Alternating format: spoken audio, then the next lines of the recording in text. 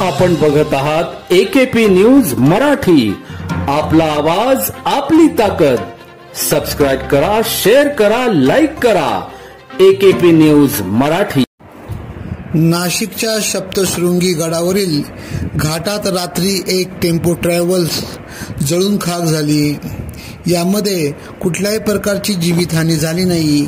आग लागण्याच्या आताच सर्व प्रवासी खाली उतरले आणि ही टेम्पो ट्रॅव्हल्स घाटात वरती चढत असताना जळून खाक झाली।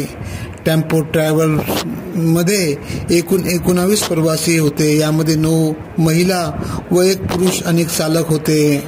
स्थानिक ग्रामस्थ व रोपवेचे कर्मचारी यांनी प्रवाशांना वेळेत सर्वतोपरी सहकार्य करून आग विझवण्यासाठी प्रयत्न केला।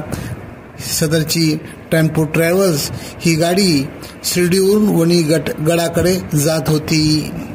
AKP न्यूजसाठी ब्युरो चीफ अनवर खान पठाण, नाशिक।